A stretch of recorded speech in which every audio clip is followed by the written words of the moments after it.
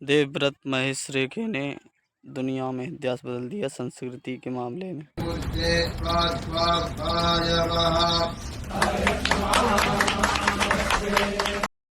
जिनकी तारीफ खुद पीएम मोदी ने की है और प्रधानमंत्री मोदी को भी इसकी तारीफ करनी पड़ी। Welcome back to my video. स्वागत है एक और नई वीडियो में। आज मैं आ गया एक और नए टॉपिक के साथ में। टॉपिक ये है, देवव्रत महेश रेखे ने दुनिया में इतिहास बदल दिया संस्कृति के मामले में।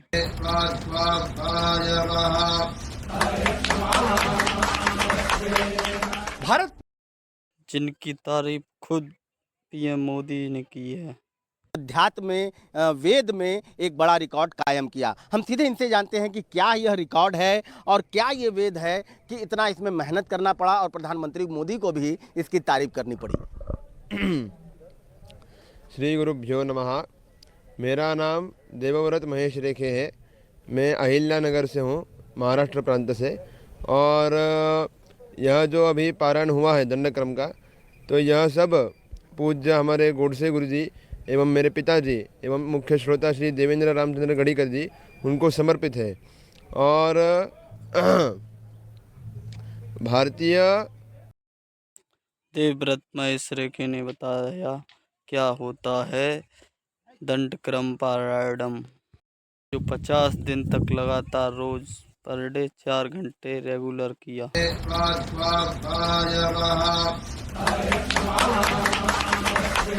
भी निकाली गई और श्रृंगेरी शंकराचार्य ने उसे सम्मानित भी किया, जिससे सोशल मीडिया पर ये भयंकर वायरल हो गया। 19 साल के वेद मूर्ति देवव्रत महेश रेखे घनपाठी ने वो कीर्तिमान कर दिखाया है जिसे पिछले 200 साल में कोई दिग्गज नहीं कर पाया। देवव्रत ने वो कर दिखाया है जिसको पिछले 200 सालों से सनातन के बड़े बड़े विद्वान नहीं कर पाए। अब ये लड़का है कौन, इसने क्या अचीव किया है, क्या हासिल किया है, और इसकी अचीवमेंट इंडियन कल्चर।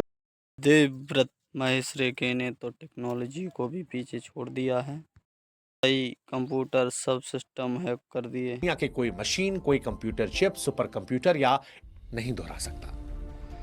इस लड़के का नाम है वेदमूर्ति देवव्रत महेश रेखे घनपाठी। उम्र महज 19 साल, अहिल्या नगर महाराष्ट्र। लेकिन उसकी असली पहचान इन नामों से नहीं बनी है। उसकी असली पहचान बनी है उस कठिन परीक्षा से जो पिछले 200 वर्षों में कोई पूरी नहीं कर पाया। देवव्रत ने वो किया है जिससे करने का सपना भी बहुत कम लोग देख पाते हैं। वाराणसी के वल्लभ राम विद्यालय में 2 अक्टूबर से 30 नवंबर तक लगातार 50 दिनों तक हर दिन 4 घंटे देवव्रत ने शुक्ल यजुर्वेद के लगभग 2000 मंत्रों का दंडक्रम पारायण किया। उनका ब्रेन हैमरेज बहुत हाई है। ना क्रिकेटर है, ना किसी रियलिटी शो का स्टार है, ना सोशल मीडिया इन्फ्लुएंसर। लेकिन इसके बावजूद देश के प्रधानमंत्री से लेकर उत्तर प्रदेश के मुख्यमंत्री, काशी के गलियारों से लेकर साधु संत और बुद्धिजीवियों के बीच में आज उसकी चर्चा है। अगर किसी को चाहिए तो उसके लिए उपासना करनी पड़ेगी। एक नए युवकों को प्रेरणा के लिए ये बालक आया है जो काशी के रहने वाले हैं। दुनिया भर के वैज्ञानिक कह रहे हैं कि भाई साहब, ये ह्यूमन ब्रेन के हाई परफॉर्मेंस मोड जैसा है। वो स्थिति जब दिमाग अपनी सबसे तेज, सबसे में होता है। आज से हुई जिसने पूरी मानव सभ्यता को पढ़ना लिखना सिखाया।